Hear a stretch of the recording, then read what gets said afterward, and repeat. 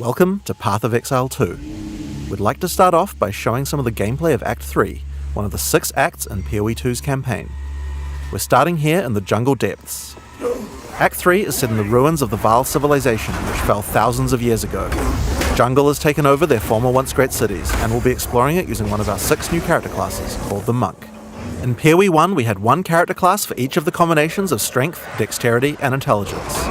When looking at the design of PoE 2 though, we realised that many of the new skills that we were trying to design just didn't really fit thematically with the existing classes that we have. Being a spellcaster with a bear form makes sense for Strength Int, but it doesn't really sound like something that a Templar would do. We realised that since we had new mechanics for every attribute combination, it actually made sense to design new character classes to explore the new themes. In PoE 2, every attribute combination has 2 classes associated with it. Strength Int has the Templar or the Druid, on Dexterity you have the Ranger or the more spare-focused Huntress, and on Dex Int you have the Shadow and the Monk, which Mark is playing here. Each class has its own 3 ascendancies that let you further specialise the class in the way that only that class has access to, but they both start at the same location in the passive tree. The quest rewards you're offered on the 2 variants are tailored to the class, but of course this is PoE. You can still mix and match anything to your heart's content.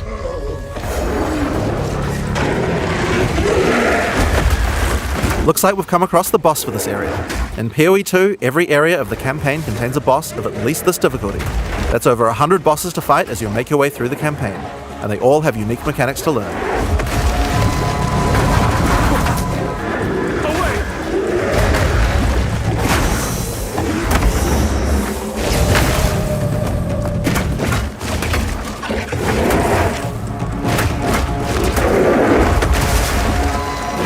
As you've seen from watching Mark fighting, the melee combat in PoE 2 has a very different feel than before.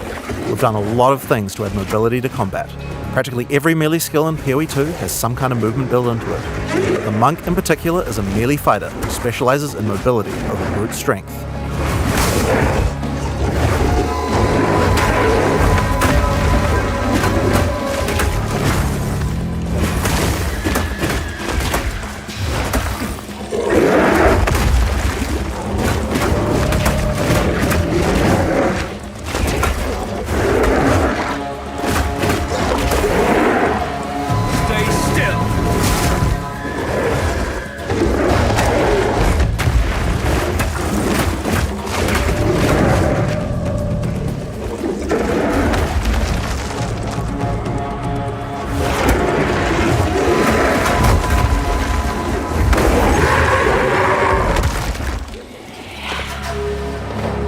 So, as Mark has been playing, you might have noticed these blue markers over enemies. Mark has a skill equipped called Killing Palm. Whenever an enemy has a blue indicator over it, it means that the monster has low enough life to cull with Killing Palm. Successfully executing the cull will give you a power charge. This is an important skill for the Monk, since many of his skills interact with power charges. One of the great things about the skill is that it has a built-in dash forward, which makes it much easier to target the skill at the right point when you need it. We've done a lot of work in PoE 2 to make using skills like this feel satisfying. If you're accidentally targeting slightly off the monster, the skill will automatically lock on to the cullable target, and will even do a small amount of pathfinding around obstacles. We really want to make sure that when you've got an opportunity to use the skill, nothing is going to get in your way. Once you have some power charges, you need some skills to power up. A great follow-up is Falling Thunder. Falling Thunder without a power charge just creates a relatively small lightning AoE in front of you. But do it with some power charges and it turns into a pack clearer with a large number of extra projectiles. One thing you'll notice here is that like almost every melee skill in PoE 2, Falling Thunder has a bit of extra movement built in just in case you need it. Using the skill within range and you'll do a flip in place, but use it at a larger range and your character will move forward while executing it, getting you into position without any time penalty.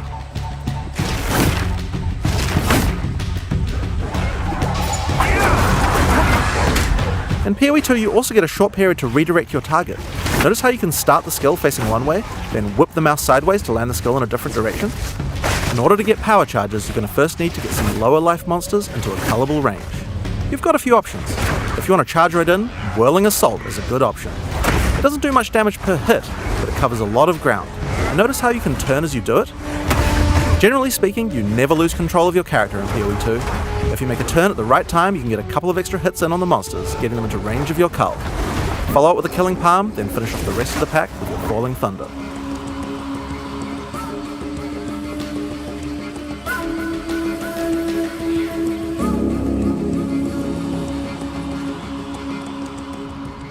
We've now entered the Vaal Mechanarium. This is the place where the Vaal built the various constructs they relied on to power their civilization. Now this is a find! A Vaal ruin that hasn't been looted? I wonder why nobody's been in here before. One useful feature that we've added is the ability to call in NPCs to where you are, to give you more information, help you with quest objectives, and so that you don't have to always go back to town. In this case, we'll call in Alva to find out what to do. This mechanism, if powered with a small soul core, it could open that door. There should definitely be soul cores somewhere around here. They had to power these constructs somehow. As Alpha said, we need to find a soul core to open this door. Let's explore. If you want to shave off some life without getting too close to some of the more dangerous monsters, a good option is Wind Blast. Wind Blast also doesn't do too much damage, but it keeps the enemies back. The closer they are, the farther they're pushed back, so it's a great option for keeping smaller but high damage enemies at bay. Note that the bigger the enemy is, the less they'll be pushed back, so trying to push back some giants isn't going to be effective. And there's the soul core. Let's get back to the door.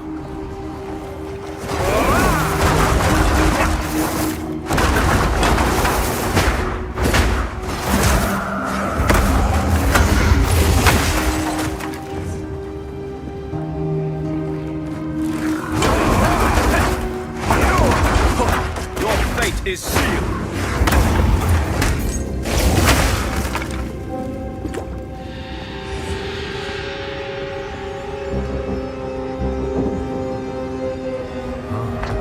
Consider me impressed. I'll keep investigating in here. Bring me in if you find anything else. If you need to defeat tougher enemies, it might be time to break out some of the ice skills in the monk's arsenal. Glacial Cascade creates a wave of ice that moves slowly in front of the player. It's pretty ineffective against fast-moving monsters because most of the damage occurs right at the end of the wave, and so a lot of monsters will just walk right by it. But if you can find a way to make a monster stop at just the right place, it can be very effective. In order to do that, you probably want to freeze monsters. The monk has a few different tools to do this. A fairly simple option is to get right in the monster's face with Ice Strike. Ice Strike doesn't do too much damage on the first 2 hits, but attack 3 times in sequence and you can get off a combo that has a much higher chance to freeze. Get in there with that freeze, then roll back and finish the job with a Glacial Cascade. Now, remember how Glacial Cascade had that extra damaging spike at the end? If you've hit a frozen enemy with that spike, it shatters the ice on the enemy and does a devastating amount of damage. Oh yeah, I just casually mentioned rolling back before. Did I forget to mention that in PoE 2 we added a dodge roll to every character? Just press spacebar at any time to roll. There's no cooldown, no limitations. It even has a bit of built-in pathfinding so you don't get stuck on things. When you dodge roll, you're not invulnerable. If something hits you, you're going to feel it, but most things will not hit you. That's because while rolling, projectiles and melee strikes will always miss. You'll have to roll out of the way of a slam that has AoE, but anyone swinging a sword or throwing a fireball is going to miss. Now, another really important function of the dodge roll is that it lets you cancel out of almost any skill at any time. This makes it so you don't feel like you're getting stuck doing a long animation when something is about to hit you.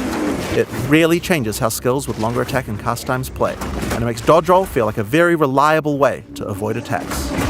So, that's one way to get out of the way of damage, but the monk specializes in mobility, so it makes sense that he would have a few more. Wave of Frost is one of our new attacks with a retreat built right in. You move backwards and throw out a cold attack with a significant freeze.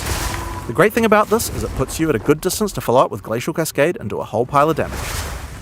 Hey look, another soul core.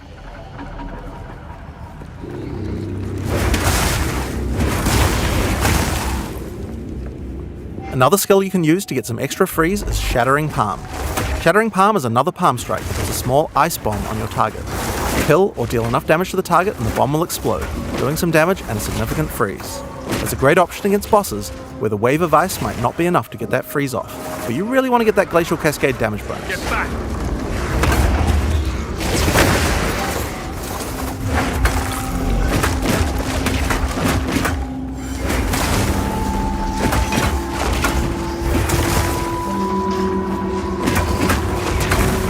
Face your demise. The final skill we're going to show you today is Flicker Strike. It's a monk skill now, and another skill that consumes power charges. If you've played PoE 1, you know what to expect. It's a great finisher for tough boss fights, and it looks pretty impressive too. Face your demise.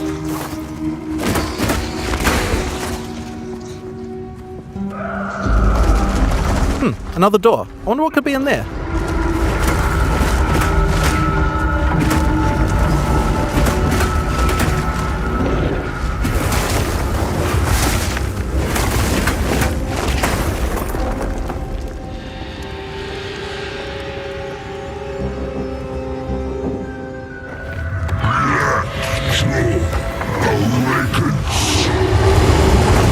In order to take down this boss, we're going to need all the tools in the monk's arsenal, especially the combo of Freeze and Glacial Cascade. If you're a PoE 1 player, you might think that you can't really rely on Freeze because there's so many bosses that are immune to it, but in PoE 2 that's changing significantly. In PoE 1, Freeze is a binary mechanic. An attack freezes the target or it doesn't. What this basically means is that in PoE 1 we were forced to add freeze immunity to many bosses, because Freeze just trivialized them. Because of that, freezing was something you only really used while pack clearing, and not something you could rely on as a core part of your build for boss fight. In PoE 2 though, all crowd control mechanics now have internal meters that allow you to build up to a freeze or stun, or whatever other CC mechanic you might be using. It's a little bit like poise from games like Elden Ring, though the meters tend to be a lot smaller than those games. When you freeze an enemy, it increases the amount of freeze you need to do another freeze, but the increased difficulty bleeds away slowly. More freeze will always let you freeze the boss more often, but this system means it will not get out of control in party play or interact badly with other CC mechanics, allowing us to let these kinds of mechanics actually work against all bosses.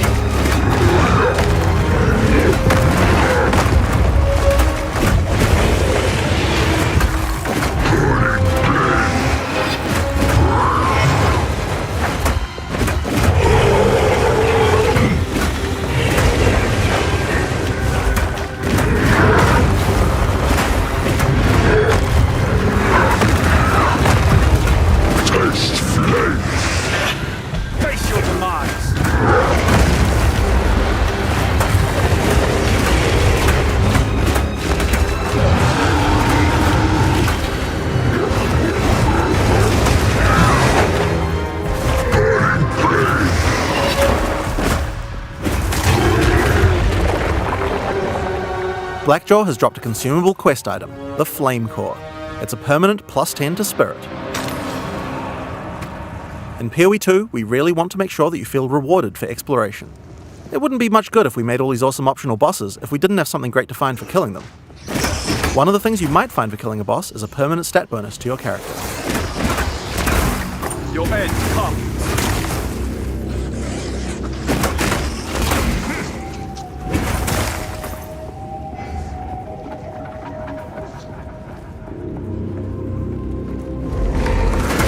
Your fate is sealed.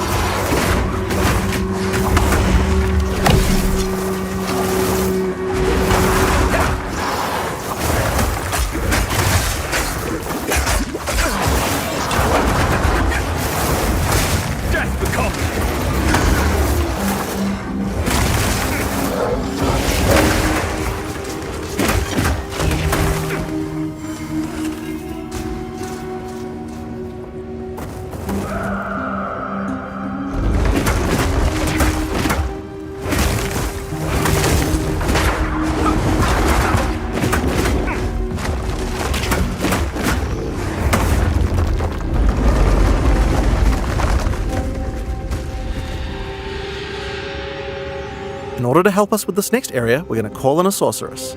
Mark's friend Octavian is going to send a friendvite, which we're going to accept, and then they can play together. The Sorceress is the new intelligence-focused character in PoE 2. While the Witch focuses more on occult magic and summoning, the Sorceress is themed around pure elemental destruction. Let's have a look at how she plays.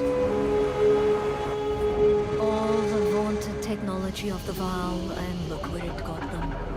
Dead and buried. This is the largest soul core I've ever seen. With this, we could power the canal systems. But it isn't charged. There is still latent energy in this machinarium from its ancient operation. These lines in the stonework should lead to generators. You might need to find some more soul cores to spin them up, but everything looks to be in surprisingly decent condition. Maybe the golems have been maintaining it. In any case, it should still function. We'll have to remove that large core from the wall, of course, but that shouldn't be a problem. We have some skills here that you'll probably recognize if you've played PoE 1 before, but they feel a bit different to play now. Spark is great in these tight passages since it bounces around.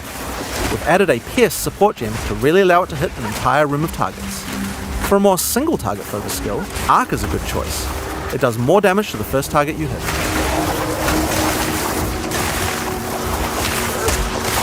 Now, if you find yourself surrounded, it might be good to use Ice Nova. It hits all enemies around you and slows them down with chill.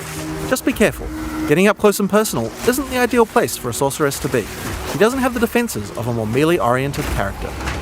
If you want to help with the Sorceress's weak melee defense though, you could use Arctic Armor. In PoE 2, Arctic Armor is a buff that builds up as you stand still. You can see the ice crystals forming around the character. They'll drop off if you walk.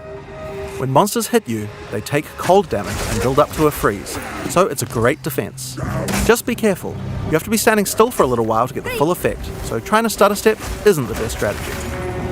Now, Arctic Armor is an ongoing buff, but did you notice it didn't reserve any mana? How does that work? Well, we were pretty sick of the fact that in PoE 1 basically every character was playing with no mana pool, so we decided to change the way that reservation works. There's a new resource in PoE 2 called Spirit. Spirit is a dedicated resource you can use for ongoing effects like Arctic Armor, Heralds, Auras, or even Minions. Everyone starts with 100 Spirit, which is enough for most ongoing effects. But if you want more than one effect, you're going to need some more Spirit. Spirit is available on mods from items and on the passive tree. But if you're willing to give up your offhand slot, the easiest way to get it is by holding a Scepter.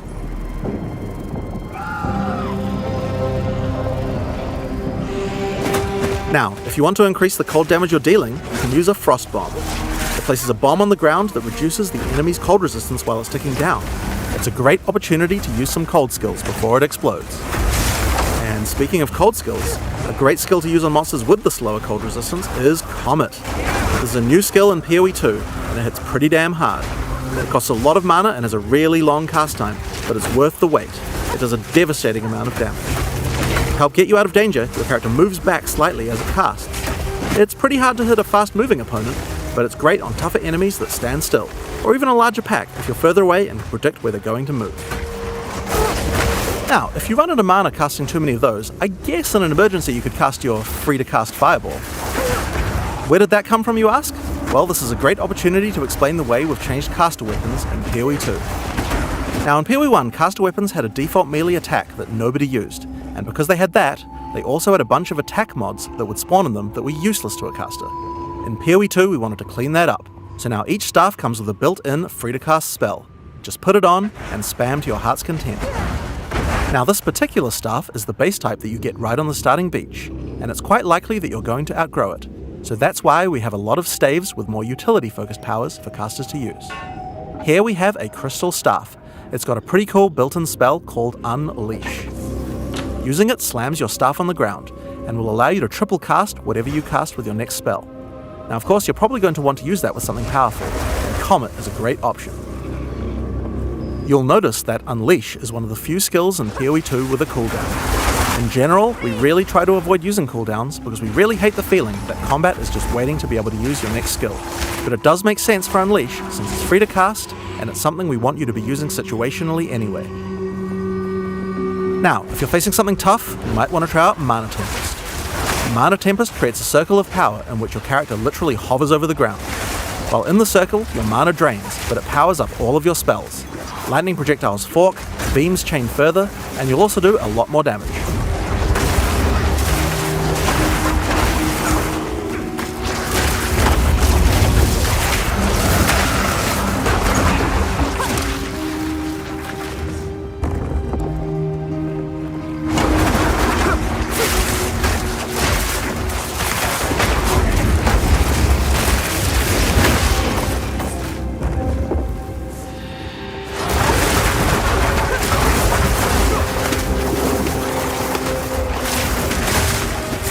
So with all of these skills, here's a great combo to try.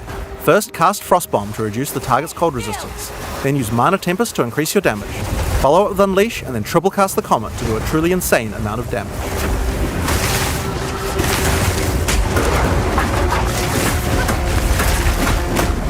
I need more time.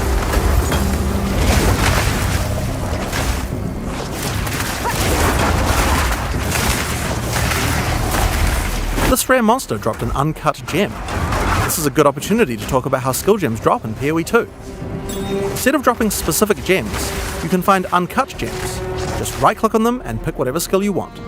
The gem will come pre-leveled to the level of the area that dropped it, so it's a lot easier to change between skills in PoE 2. This time, I think it might be cool to grab one of our meta gems. Meta gems are skills that can have other skills socketed into them, changing how they work. In this case, we're going to select Cast on Shock. Now, let's equip this thing in the skill screen and choose a spell to trigger with it. I think Comet might be fun. Because Cast on Shock reserves Spirit, we'll need to first disable our Arctic armor. We have to decide if we'd rather have the extra defense or the extra offense of the Cast on Shock using our Spirit. In PoE 2, trigger gems use a system of filling up cast time on each trigger. Basically, if a skill has a short cast time, then we'll trigger it really often. If it's got a long cast time, like this Comet here, it will take a lot longer to trigger. You can see up the top left that there's a counter that says how far it is until your next trigger. And there you are. Using Cast on Shock, we'll automatically cast Comet whenever we're using our lightning skills.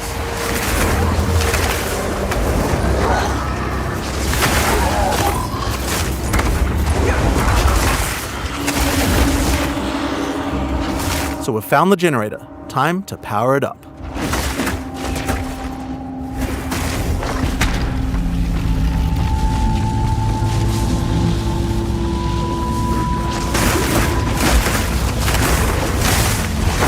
Power is restored to the Mechanarium, all the constructs are coming back to life. We'll need to fight them on the way back to the charged Soul Core.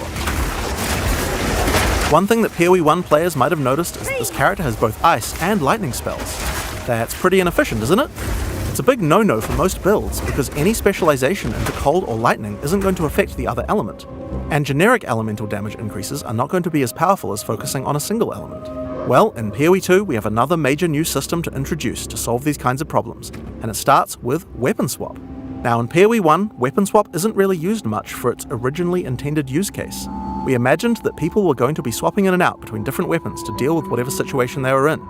People just don't do that at all, and a large reason for that is because it's really awkward to do. In PoE 2 we wanted to solve that. The staff Octavian is using here has an ice mod on it that makes it great for when he's using his ice spells. We would also like to be able to make sure that the build works just as well for his lightning spells. If Octavian equips his previous staff in his second weapon set, you can see that it appears on the character's back. Now we're going to open up the skills screen. If Octavian opens up the skill options for his lightning skills, you can see here that you can choose which weapon sets are usable with each skill. First, we uncheck set 1 from being used by his lightning skills. Then we go through the cold skills and turn those off with his lightning weapon.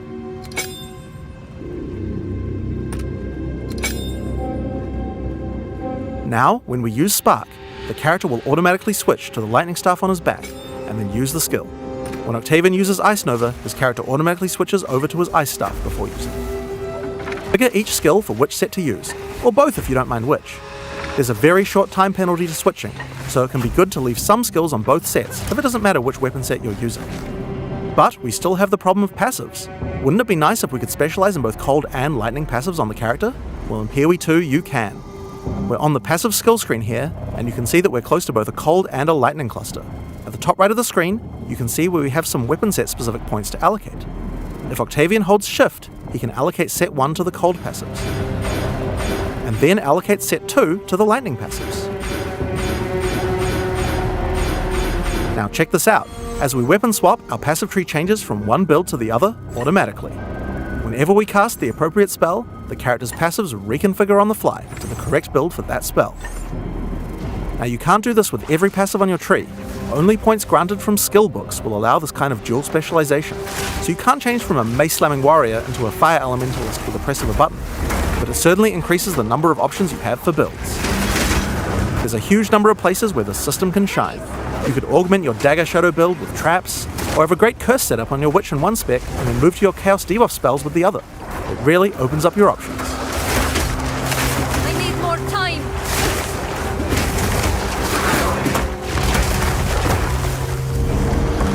Another fun meta gem to try out is called Barrier Invocation. This works a little bit like the trigger gem I talked about before, but this one charges up as your energy shield is hit by monsters. I think we might like to put an Ice Nova in this one. The more energy shield you lose, the more charge builds up until the point where you're able to cast the skill you socketed instantly. Lose some energy shield, and then at just the right time invoke Ice Nova to cast all the stacked up versions in one cast. If you keep losing shield, you'll build up even more charge for even more casts, so it's a great defensive option in an emergency.